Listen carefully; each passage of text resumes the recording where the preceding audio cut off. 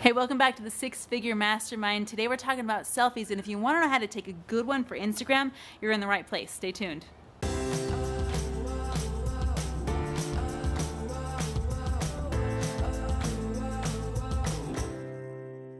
You know, the funny thing about selfies is that people think that they're new.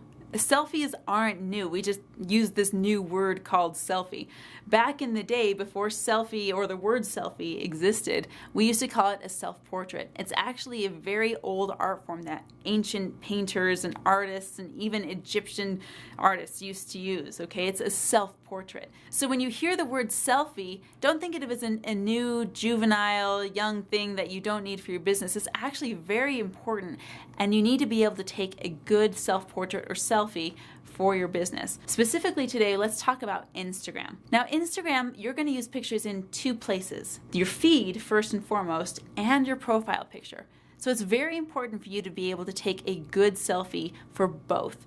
Your profile picture on Instagram may change often, it may not. It really depends on how you're branding yourself. If you're using your business as your primary brand, you might even have your logo as your profile picture, which in that case, you won't need to change it often, if at all, because your logo holds your brand for you. If you're marketing yourself as your brand, you may want to consider changing that profile picture on Instagram a little more often, maybe 3 or 4 times a year, so that people get a fresh new look at you. People change every 3 months, and then if you're using yourself as your brand, you're going to want an updated look every time you're on Instagram.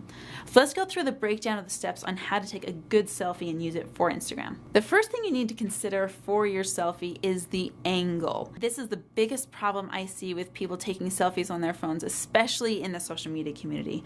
The angle is so important. If you get a bad angle on a photo, guys, it's not going to spell good things for your image, literally, okay? The best way to put an angle on you, no matter where you're from, no matter what style you're putting out, no matter your body type, is to focus the camera just above your eye level, right about at your forehead.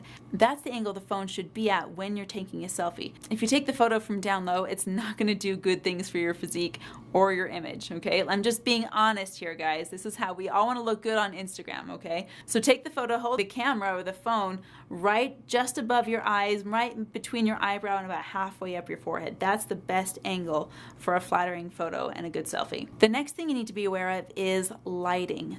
Lighting means everything. Now, I've been in the photography business for 20 years, and the first thing you nail in photography is lighting, because nothing else matters if you don't get that right. So there are good examples of lighting and there are bad examples of lighting. And remember, your phone is not as capable as a good, big, heavy DSLR camera at spectrum of light. The spectrum of light on your phone is a lot smaller, so you're going to have to give yourself a little more light on the face to compensate for that. Meaning, if you've got a great background behind you but the sun is shining on it and you find a selfie with that background that's going to feel amazing, you're probably going to be silhouetted, which means your face is going to be the darkest thing in the image. Rule number 1 with lighting: your face needs to be the brightest thing in your image. You also don't want your face to compete with anything else.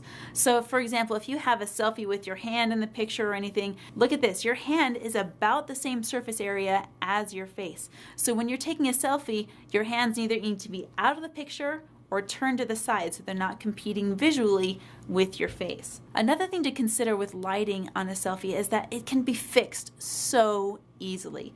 Lighting, if you have bad lighting and your face is the darkest thing, or maybe you have harsh shadows crossing your face at a weird angle, simply turn towards your light source. That's the easiest way to fix your lighting in a selfie image. If you can diffuse your light source, that's even better. And diffusing generally looks like just getting the harsh shadows off your face.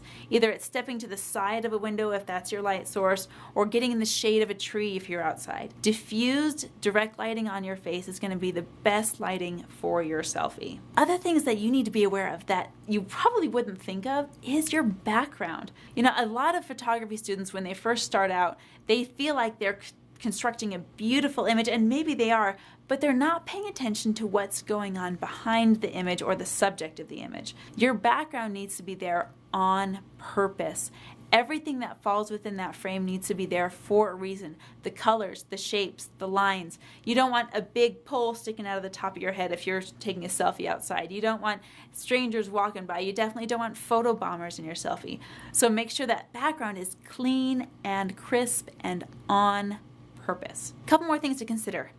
Instagram is all about filters, but don't overdo it. There are a couple of filters that you can look up on the internet that are great for selfie mode. Clarendon is one of my favorites, but don't over filter. If your selfie looks too fake, people will consider you a little bit fake. I'm just being honest, guys. It's a subconscious thing. The brain does this, makes these snap judgments all the time. So yeah, you can use a filter if you want to, but if it looks doctored up or too filtered, it's gonna look really immature for your business, and that's definitely not what you want when you're building a six-figure business. Last but not least, be dynamic. Take a selfie that's not like everybody else's. Look up online, see different ideas for different selfies. You may want to include, if you're an artist, maybe a paintbrush of painting art on your face in the selfie. If you're a photographer, maybe have your face is covered by the camera. Be dynamic and show your personality with your selfie. That's going to share your brand because it's part of you. It's part of who you are. Remember that when you're creating your selfie, your audience is going to see it in one of two places. We talked about this before. It's either going to show up in your feed as a square image if you're on Instagram, or it's going to show up as your profile image, and that's actually going to be cropped as a circle.